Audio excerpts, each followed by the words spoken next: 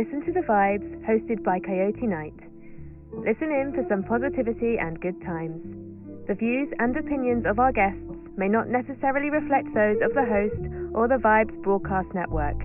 Listener discretion is advised.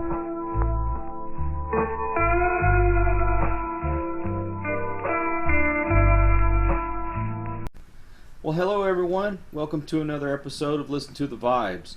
I have here Miss Dale Smith Thomas, and I tell you what, she is just full of positivity. You can tell by talking with her and her posts on social media, and she's an author and a speaker, and everybody calls her Dr. Hope. So Yes. How are you?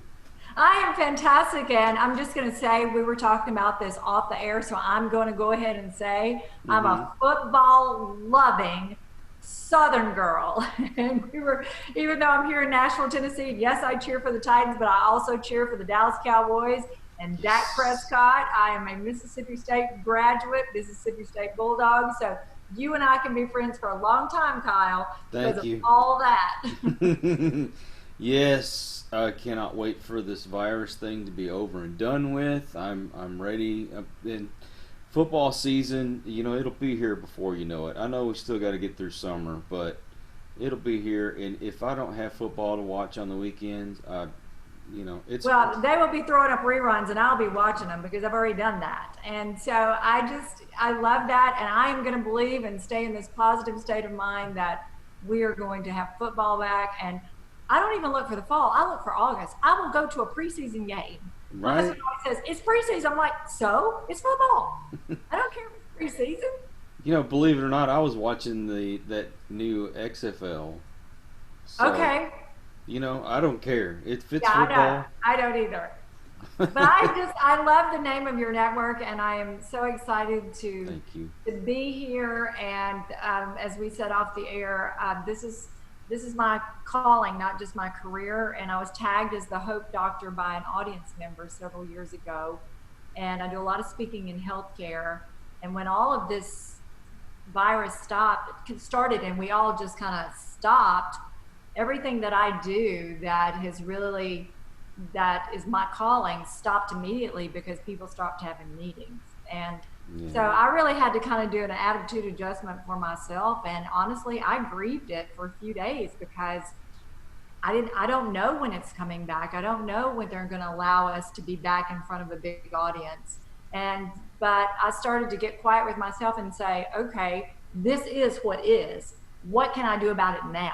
Mm-hmm. The only thing I can do is continue to share this message in any format that I can. And you and I believe God and universally directed, however you believe, we found each other. And so I'm doing what you're doing, trying to help people, stay uplifted through any format we can to spread some light during this time of uncertainty. Well, this world is so full of negativity as it is. And there needs to be a beacon of light for people to know that there's more out there, that there is hope. And they can make something of themselves. I mean, as I told you before we came on the air, I've suffered from arthritis, and it's, I had to retire early, and I didn't know what I was going to do, and along comes the idea of doing this podcasting and the network, and it's starting to take off a lot quicker than I expected, and I said, you know what, I need to get people on here that can be that ray of sunshine to others and to help them so they'll do the things in life they want to do. And you've kind of had to put your money where your mouth is lately. Sure. You've been through a lot. I sure have. And first of all, I want to say I'm so grateful that you've taken a life-challenging experience that you've lived through. And just like so many people right now, we're hearing about we're in this crisis, but all of us in our lifetimes face a crisis of some sort, sometime in our life. And we have a couple of things that we can do. We can view crisis as an ending or as an opening. And you took your crisis and you turned that into an opening to do something different, because I believe that every situation gives us an opportunity to look at it differently and do something with it. And I was born and raised in North Mississippi, out on a little tiny farm, population 2,000. Wow. My name is Dale. Yes, it's my daddy, and this is my first interview since I lost my daddy last week. And I didn't grow up believing that success was possible. It's not something we talked about. I had fabulous parents, but it just wasn't something we talked about. I laughingly say, and my mother knows it's true, her vision of success for me was to get a boyfriend, get married, and have some kids and stay in Webster County. And I lived so far out in the country, nobody was going to date me. So that did not work out for her. So, and then, you know, I'm the very first person in my family to go to college, and my sweet daddy didn't even graduate from high school. Oh, my goodness. We did not have the money for me to go to college. And I'm going to tell this story because it's exactly what you and I believe. It's what we both teach in our own formats. An elderly woman in my community, she and her husband, after they passed away, they had no children. They had donated all of the hard timber on their land, all the timber on their land, as a scholarship fund for any child in my county, which was a lot of it below the poverty level. That county, any child in that county to go to college free. Oh, wow. And now, all these years later, that one woman's decision has put $100 million into education. And That's I have a amazing. degree from Mississippi State because of that. And I tell that story because you nor I know what seeds we're planting and how they're going to come up. I didn't know her personally, but she changed my life. And so what I am so impressed by what you're doing, you're planting seeds of hope out there just like I am, and that your story will inspire someone to say, well, I don't have to view that as an ending. It can be an opening for something different. You know, every successful person that I've met, they said that, you know, you do things that you plant seeds, and you may never see the fruit of Nope. that, but it's out there. Right. And that's the only way to become successful is to give yourself to others. And to also take that risk. And, you know, I never dreamed. I grew up very, very shy, very insecure, had an eating disorder in my early 20s, and never believed that one day I would be traveling the world, standing on stages. I think one of my biggest audiences was 15,000 people. I mean, there's like 2,000 people in my hometown, and there's 15,000 people sitting in front of me. And I would have never dreamed back then, but what I dared to do was just continue to take the next step, not knowing what was going to happen. And I didn't know that professional speaking was a career, that I could talk for a living, and that I could be out sharing a message of hope with organizations. And I actually entered Mrs. Tennessee, which was a pageant for married women. In the late 80s. My son was 3. And I actually won in 1990 and started doing more speaking. And so I just thought if I could win the big sparkly hat, it would give me the avenue to do more speaking engagements. And I didn't even make the top 10. But what I learned from that is that nobody's opinion of you has to be your reality. That I had limited myself by saying, I have to do it this way. And God in the universe said, no, you really don't. And so I had a decision to make when I lost that competition, if I was going to let it defeat me or define me.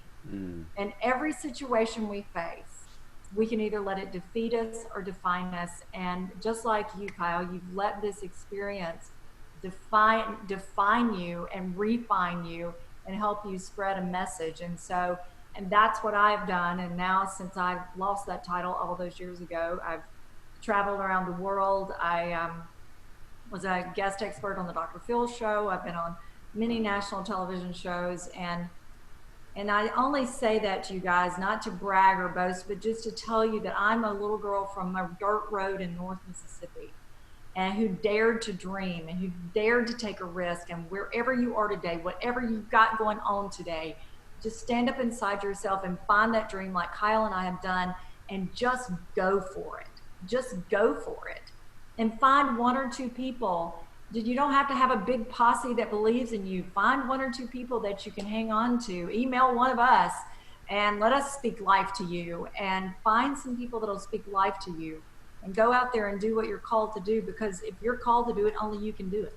Only you can do it. You've brought a couple of points to my mind, and one of them being that it seems like a majority of people, when they're born, they kind of put themselves in a box. Absolutely.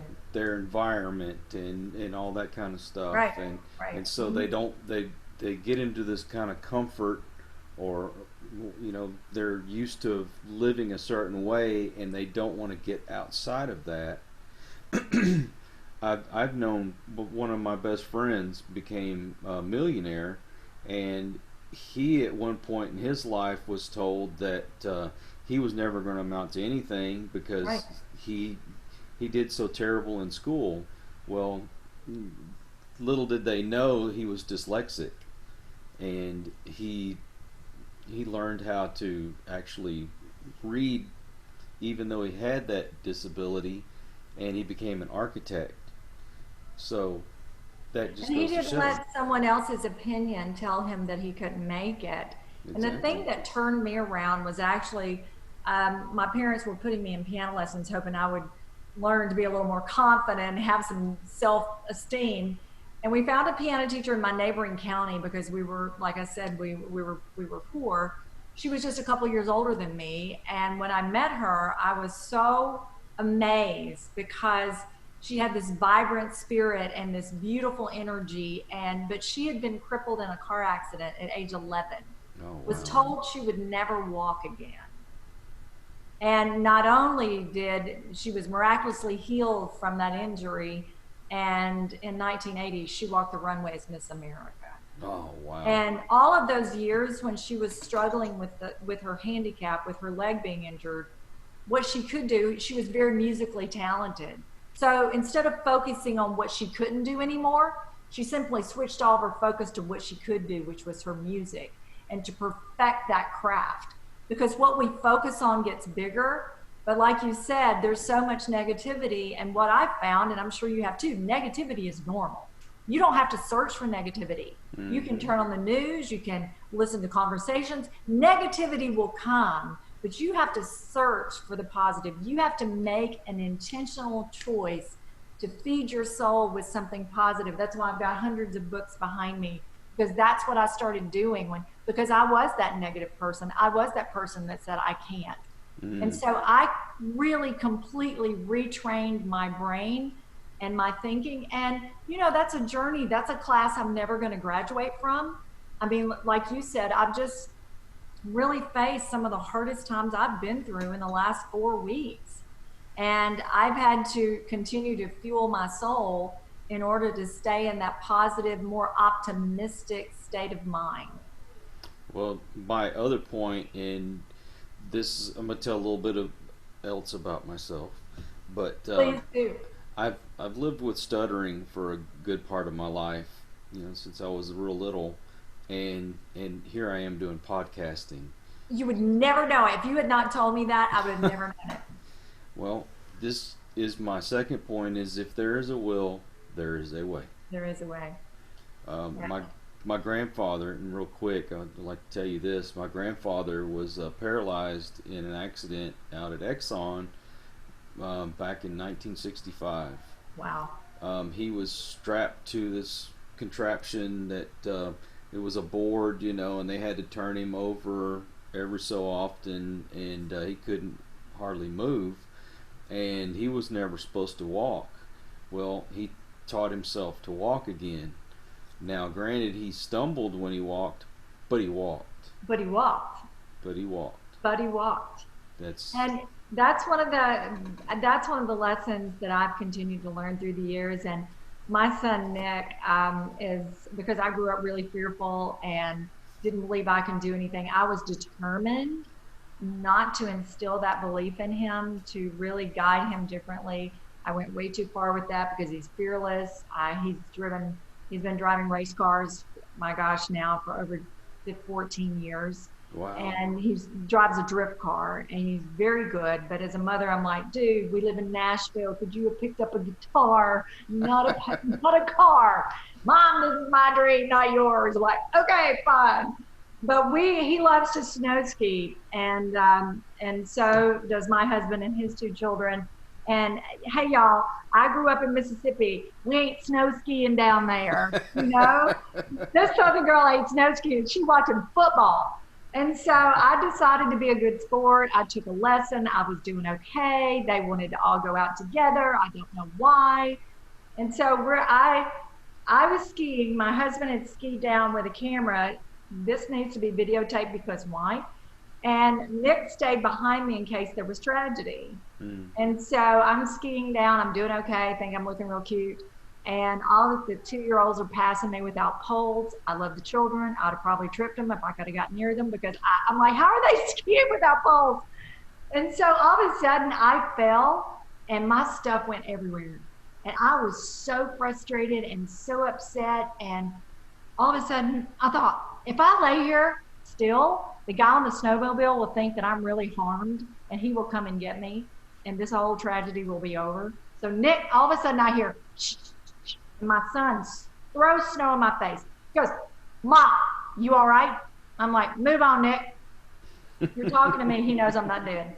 Mom, get up. What's wrong with you? And I'm crying. I'm pitiful. I'm crying. I'm cold. I'm miserable.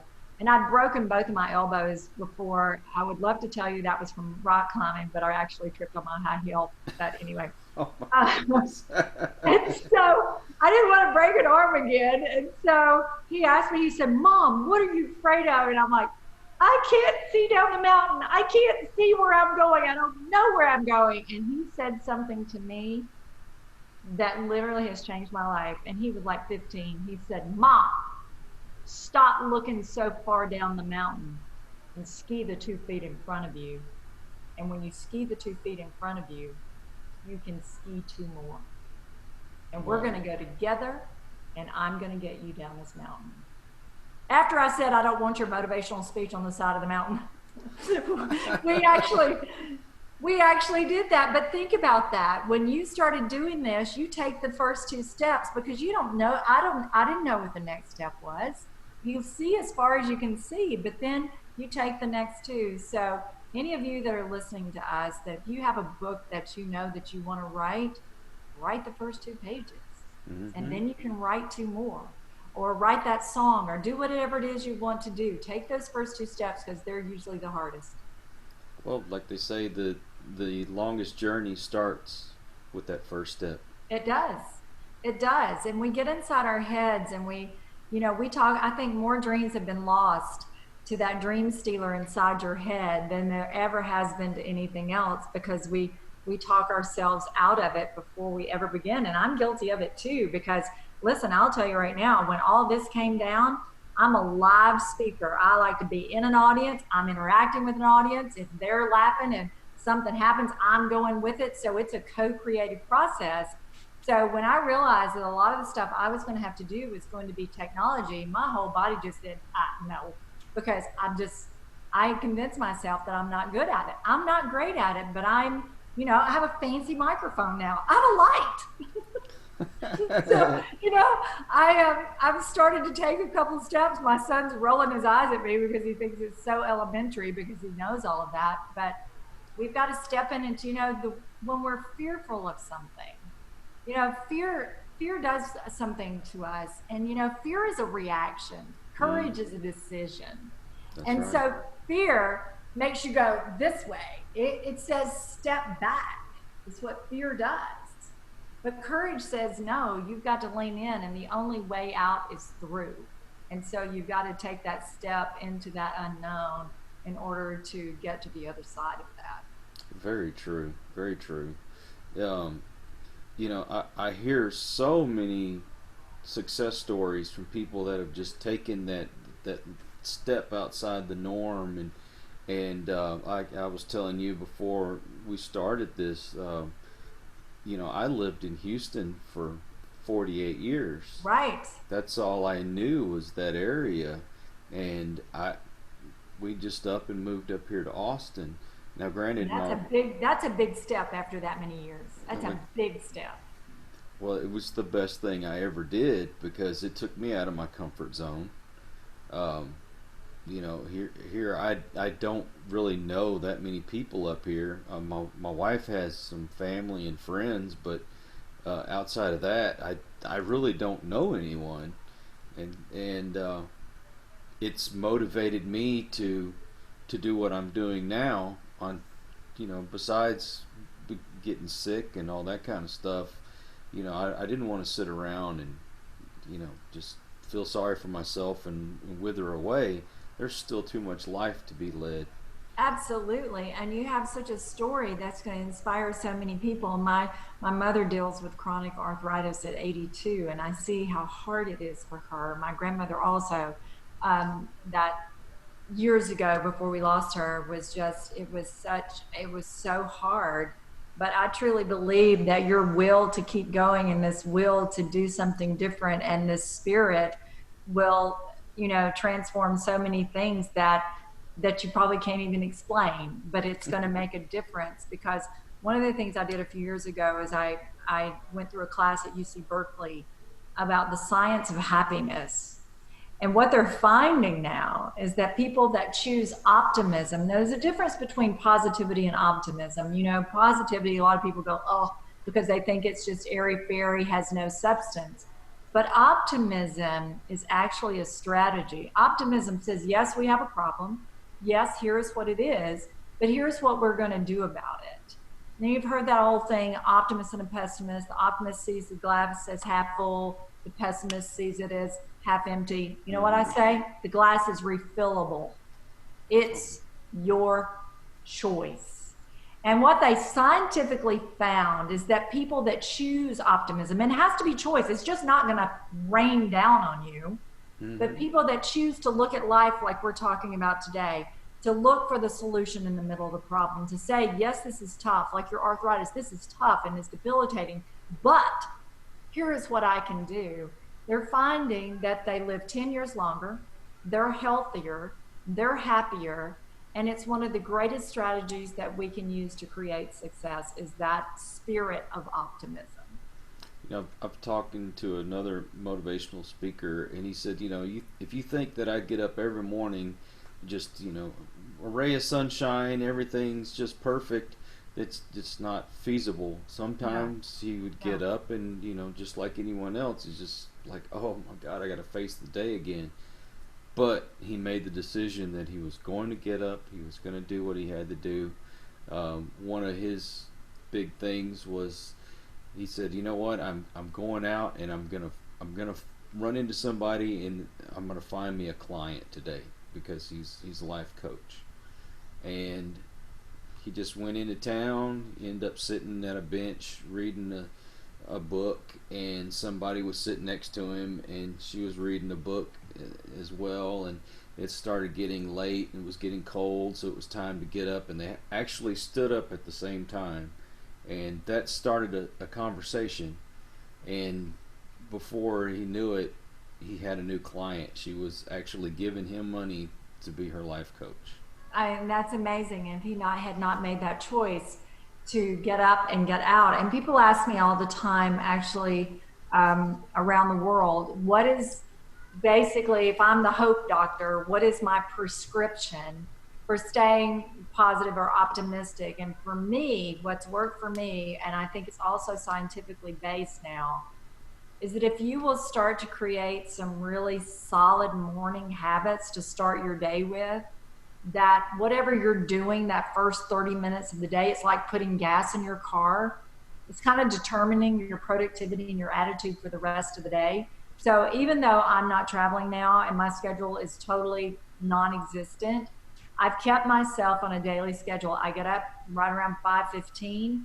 I have coffee made already, and by 5:30, I'm reading some book, I'm journaling, I'm listening to either a podcast or a meditation, but I am continually feeding my soul, because then the rest of the day, you've kind of got your foundation for the rest of the day. They told us for years that breakfast was the most important meal of the day. Well, I think this hour of power if you can find it, or find 15 minutes. People are like, I don't have an hour. Okay, find 15 minutes.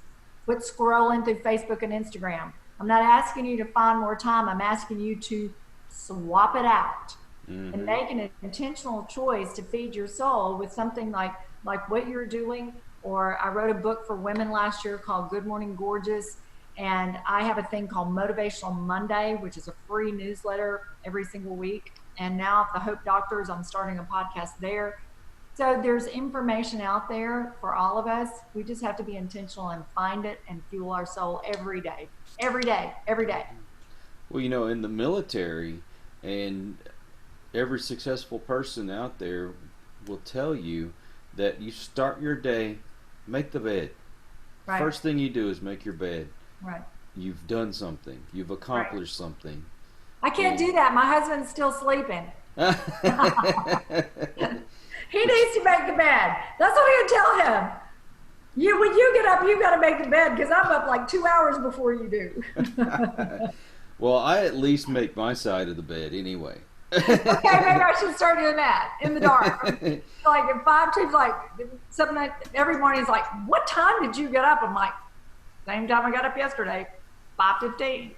You know what? It's no alarm clock. My body wakes me up. That's my internal body has now set that time for me. And so that is what I've continued to do. And what I've found, especially through this crisis, is that in the middle of any crisis that's going on, the other crisis we face is the virus of the mind, that virus of fear, that virus of doubt, that virus of uncertainty.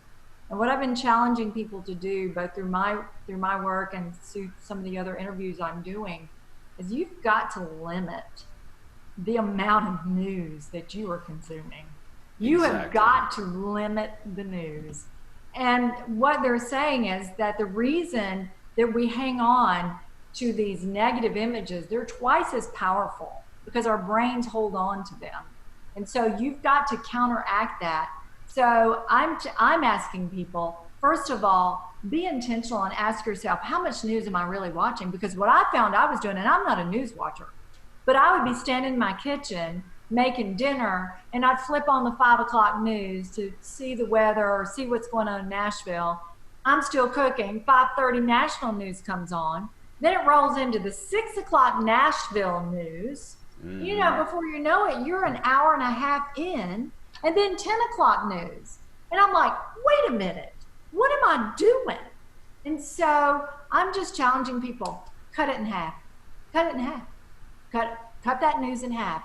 And if you're scrolling all the social media and it's negative, cut that in half and replace it. Replace it with your show. The actor John Krasinski, I don't know if you've seen what he's doing. Some good news network. Yes. I just read that one of the networks is picking it up on their all access. No kidding. I just think that is so fabulous. And so there's no excuse. There is good news out there, but you have to be intentional about finding it.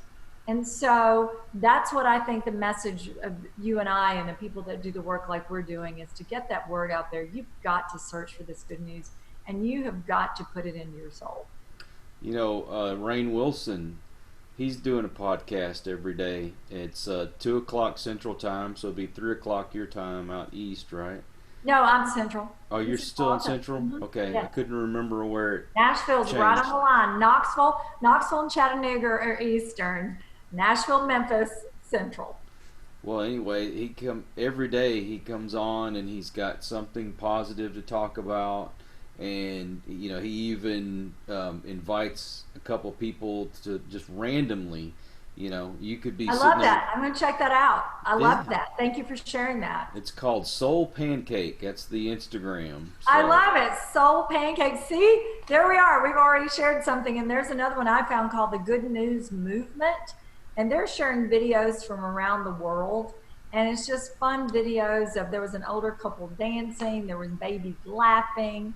You know, we need to take that time out. Time out. You know, I said the world has been put in a massive time out, and you and I both know, because we're football lovers, if a game gets out of control, what does the coach call? Time out. Mm-hmm. We got to refocus. We got to readjust. We got to reset the game plan. Well, people, we're in a game we've never played before in a pandemic like this. In our lifetimes, we've never played this game before. But we have got to double down now on what we can do, which is this self-certainty of changing our attitudes, being more optimistic, and tuning in to the messages that will lift us up. And so that's what I'm encouraged. That's why I'm the hope doctor. I'm trying to encourage people.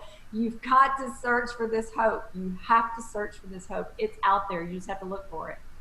Actually, I told you wrong. The Instagram is called Soul Pancake, but his show is called Hey There Human.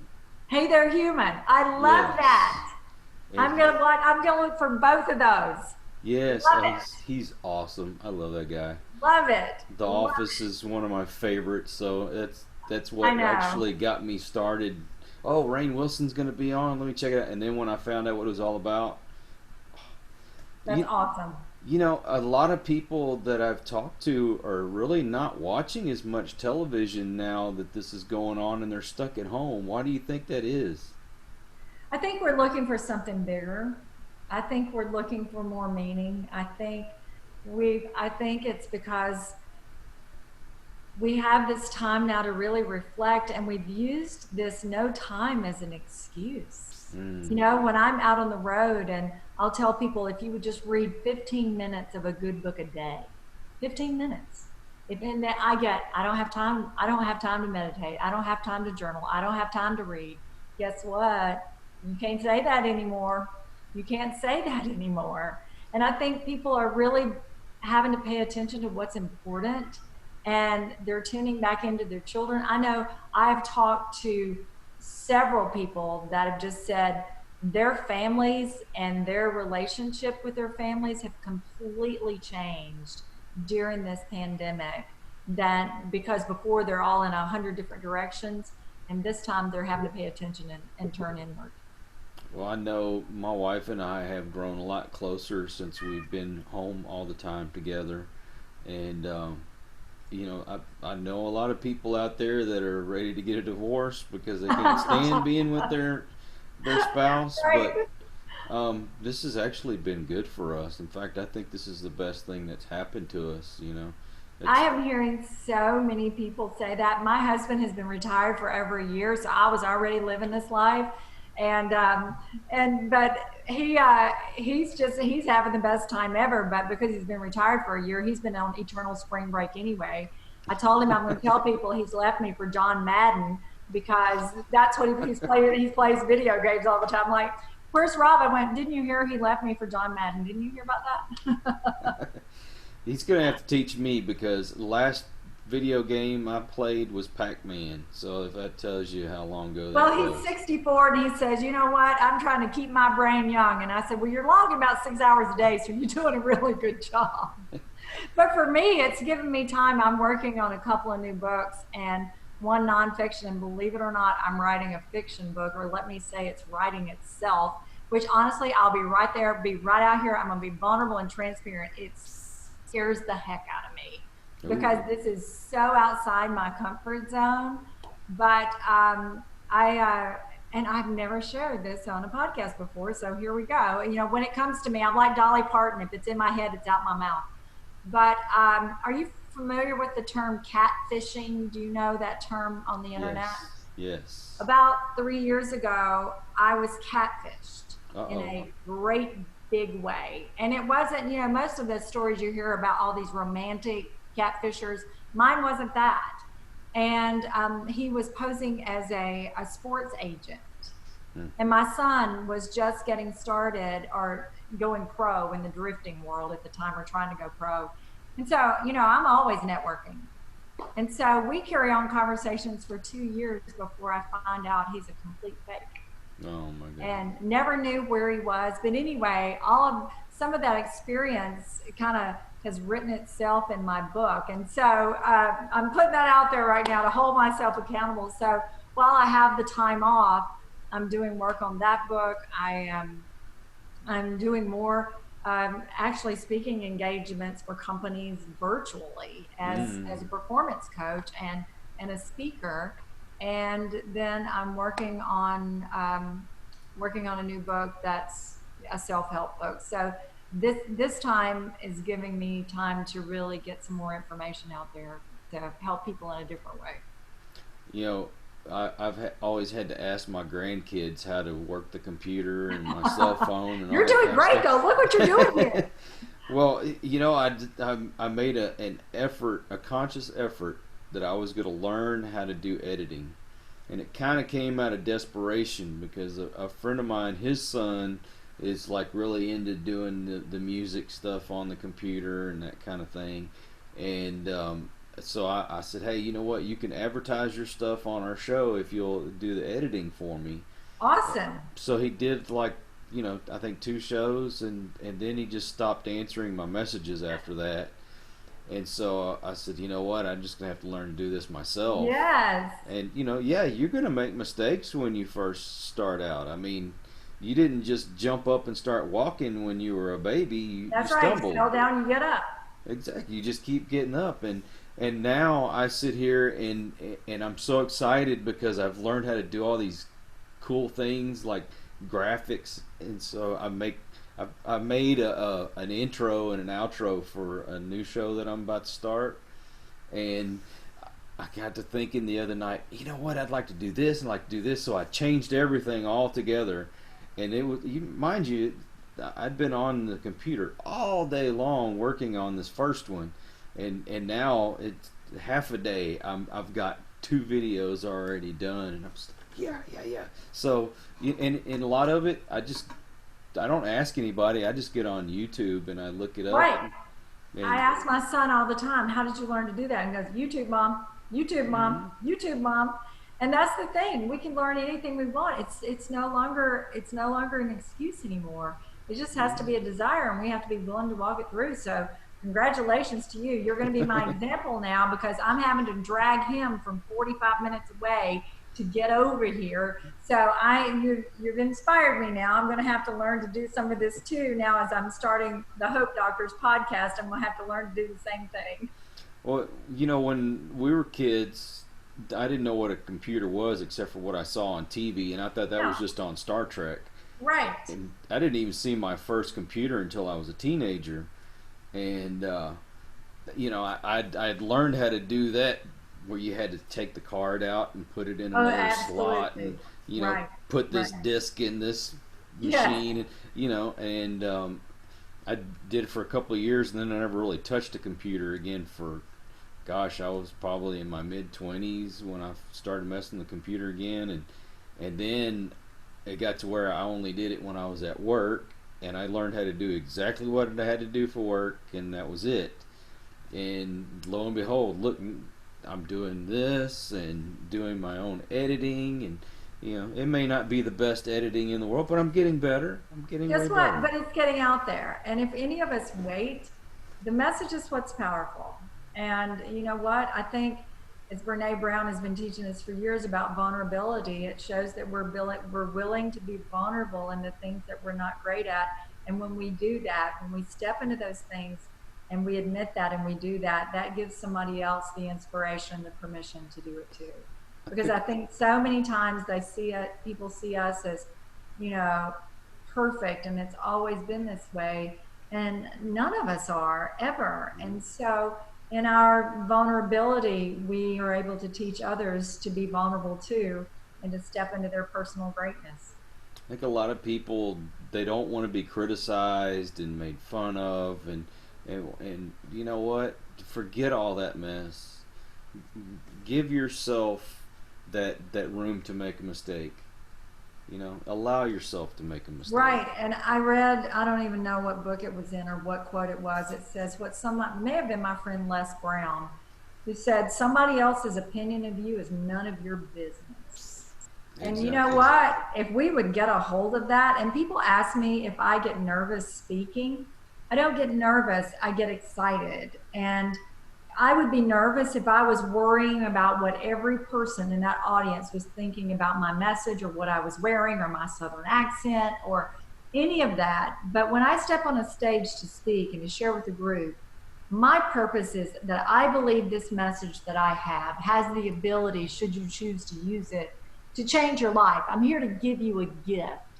And if you're in the process of giving someone a gift like you are, then you won't be nervous about that. I have a postcard, and if anybody wants it, I'll send it to you. It's called Words Change Your World, and we've given out tens of thousands of them around the world.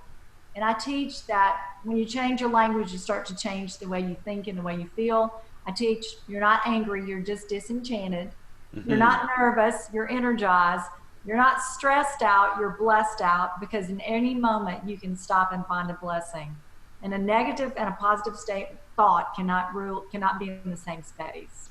And so, and stop saying you're overwhelmed and just say, I'm in demand, because that feels so much better.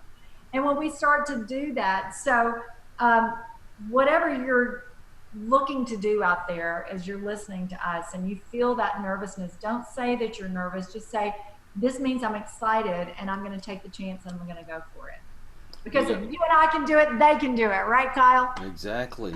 You know, one thing that my preacher taught me was that when somebody is trying to help you or do something for you, don't steal their blessing.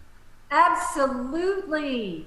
And I've taught that to women for a long time. That's why I wrote the book Good Morning Gorgeous, because I found that women were so much harder on themselves.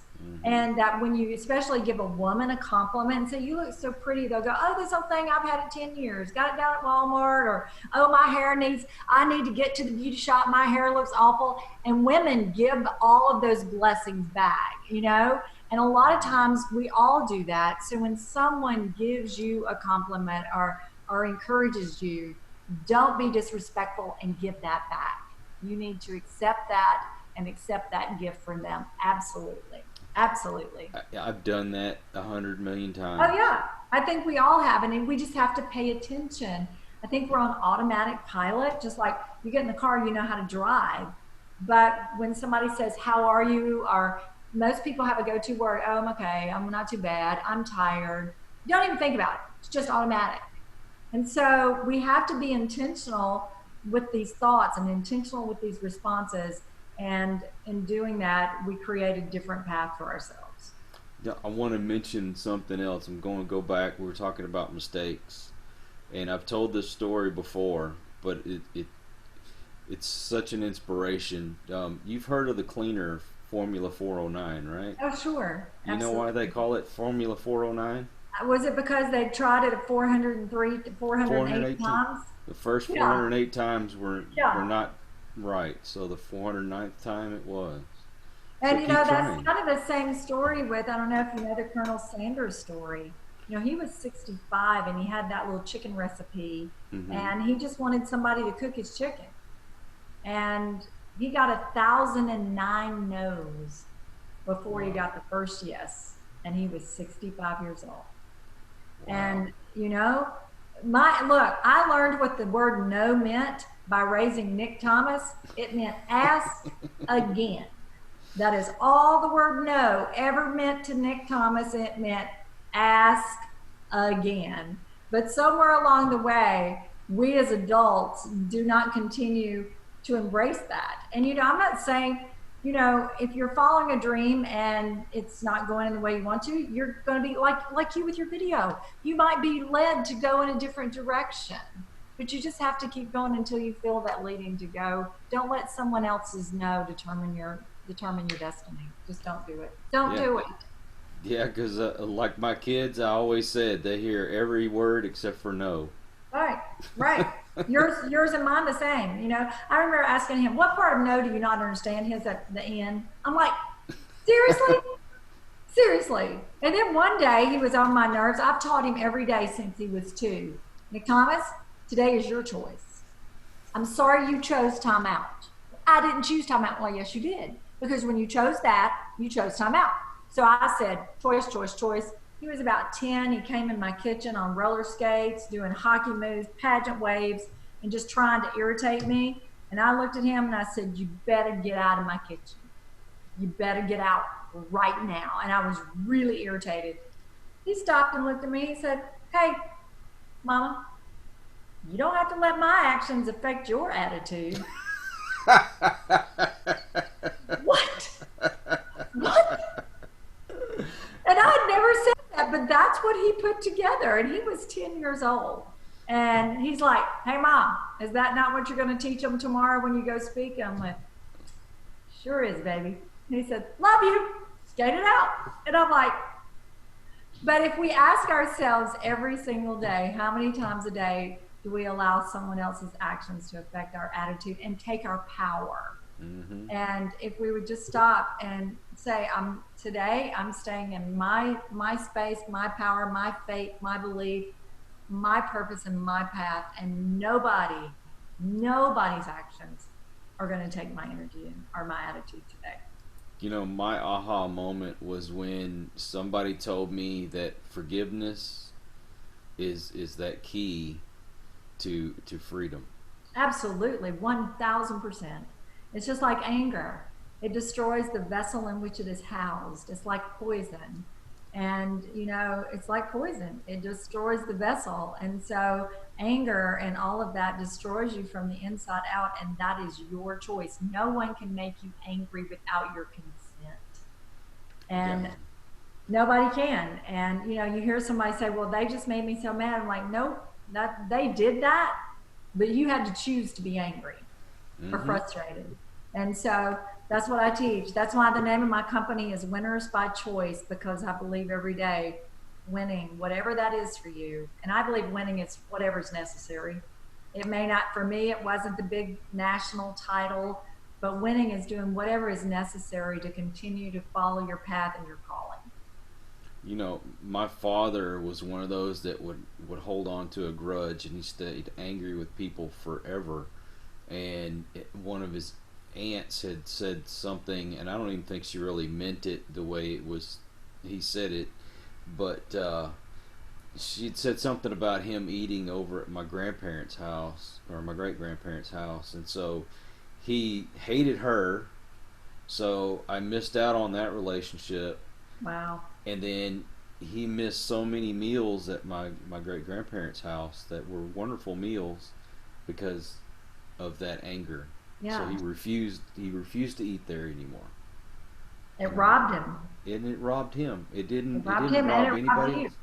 And his children. It robbed him.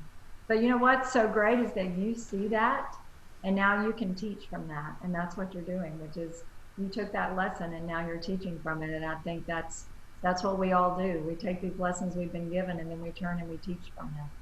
Because I believe, I don't know if you're familiar with the guy Jim Rohn, R-O-H-N. He's a philosopher, like a life philosopher out of Dallas. He's long passed away. It was Tony Robbins is the one that studied under him in the very beginning. Okay. And Tony was in a Jim Rohn seminar. But Jim said we need to study, we need to practice, and we need to teach. We need to study the life lessons and the things that will change our own personal lives. We need to study that information. Then we need to practice it, and then we need to teach it. And if all of us would study, practice, and teach, how much different would this world be? Exactly. That, you know, there's so many aha moments that if you just take the time to take them in, it can change your life. Pay attention. Pay attention. And just be in that moment and pay attention. Absolutely. It's what I love about doing this show is, you know, I set out to help other people, but it helps me so much because I meet people like you that I absorb all these things that y'all say and I'm applying them to my life, and it's changed so much. And you know what? And because I grew up there on a farm in Mississippi, I thought about this. You know, when you drop a rock in the pond, it ripples out. Mm-hmm. And we get to choose every day, what's the rock you're dropping? Are you dropping doubt and negativity and all that? Well, if you're dropping it, it's still rippling out. Or are you dropping hope and faith and victory and it's rippling out? So, you know, I drop a rock to you and then you pick it up and then you drop it into somebody else, your kids, your grandkids, whoever, your audience. And so we all continue this big ripple. And that's the beautiful thing about it, because in being able to share with you, then it keeps me in my calling and listen to your stories inspiring to me. And so it's this beautiful ripple out, you know, co-creative effort. And I love that. And even if if you don't become the success that you think you're going to be, you don't know how you're affecting other people by the way you live your life. And I think success is giving 100% of who you are, and that is success. And then when I wrote the book, it took me 5 years to write the book, and I was really, really afraid of it. And I think it's because you put these weird limits on you. What if people hate it? You start all that chatter that even I teach this and live this and have been for, since I was in my 20s. But then I finally said, if this book helps one person, then my job is done. Is it the world's success? No, of course not. But that was my measure. And now I get emails from all over the world, or somebody will take a screenshot of a passage in the book, or they'll post it to me on Instagram, or they will send me a note, just say, you don't know how much I needed this today, and this is where I was today. And that's what you and I don't know. When you put this out and put your message out, we don't know where they are. We just have to believe that what we put out there is going to touch at least one life, and hopefully that life ripples out and touches someone else, and then that, my friend, is success. But it's not really your job to know, it's your job to do. Yeah, it's not. It's your job to plant. It's your job to plant the seed, and most of the time you don't get to see the harvest, and that's okay. And but you've got to plant. You have to plant, and I love that. And so I want you to keep me posted on everything that's happening with you, because now we're friends. Thank you. That's another good thing about doing this, is all the great people that I've become friends with. And when this opens up, maybe I'll get booked there in Austin, and I can see you face to face, which would be great. You could come out to one of my events, and it'd be awesome. I will do that, and I will take you to all the wonderful places around here in Austin. Yay! I will take you up on that.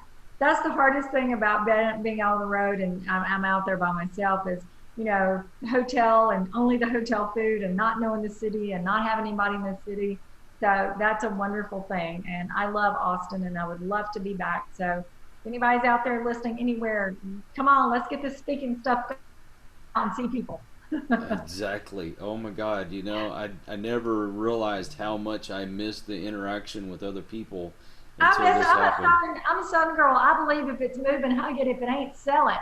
And so this is a hard time for me, because I live and breathe by hugging people. So it's been a really hard time for me. I'm one of these people that when I go to the store, you know how they have those self-checkout lines? Right. I refuse to go to those things. I don't things. like them. Nope, I hate them. Nope. I want to interact with a human being when I'm checking out. And besides that, you're taking away jobs from these people. All right, I agree, and I don't like it either. And I'm such an interactive person. The sky caps at the Nashville airport know me by name, and I get out and hug them. Well, hey girl, where you going today? And my husband's like, hugging the sky caps. I'm like, oh yeah, they know me a lot. Well, and besides that, if I don't get to talk to these people, then they miss out on all my good dad jokes. Right, that's right. And you know what? They're looking for someone to speak life into their life, and we're missing that opportunity to do that. And especially now, going to the store, and I always make sure that I'm saying thank you to all these people, and thank you to all, because I do so much work in healthcare, to all these people that are just so important right now, and the nurses that were so important to my dad in the beginning when he was in the hospital. We couldn't see him at all. We were fortunate in the last days. Small town hospital allowed us to come in and see him before he passed away, but there were weeks, we couldn't see him, and he had hearing aids, so he couldn't hear well on the phone. So it was the nurses and those people that were speaking life and encouragement to him. So to all of you that are out there in whatever frontline job you're in, whether it's in the grocery stores or in healthcare, whatever you're doing, we say thank you and we appreciate you. Yes, and for everyone that heard that, don't forget that they still do that job even when this kind of stuff is not going on. Even when this is over. Still be appreciative even when this is over. And I hope that we come out of this on the other side much more focused on that gratitude and not take this for granted. I hope that we come out, and I know we will come out so much different and so much better and so much more expansive and continue to spread light in a different way, for sure. Amen to that. Well, I think it's time to bring the show to a close. Absolutely. Thank you so much for having me. Well, thank you for agreeing to come on, and we may have you back on in the future. I would love it. And if anybody, I post, because you follow me, I post all kinds of positive stuff every day. So if anybody wants to follow me at Dale Smith Thomas on Instagram, the Hope Doctors is also on Instagram, and my website is Dale Smith Thomas. I do Motivational Monday. It's free. Just hop on over there and sign up and connect with me, and hopefully I'll meet you guys somewhere out there on the road. So you beat me to it. I was going to say, would you tell us all that? See, and there you go. I was reading your mind. You were reading my mind. How about that? Fun. Well, I hope this was very informative to everyone. I do too. And I hope that they enjoyed it. And tune in, because we've got people like Miss Smith Thomas, excuse me. That's okay. That come on and they bring such positivity and great advice, and that's what we're all about here. And so I hope you enjoy, and thank you. And thank you. Go Cowboys. We hope you enjoyed this episode of Listen to the Vibes. You can catch us on Buzzsprout or wherever you listen to your favourite podcasts, and on YouTube. Follow us on Facebook at The Vibes Broadcast Network and on Instagram at The Vibes Broadcast.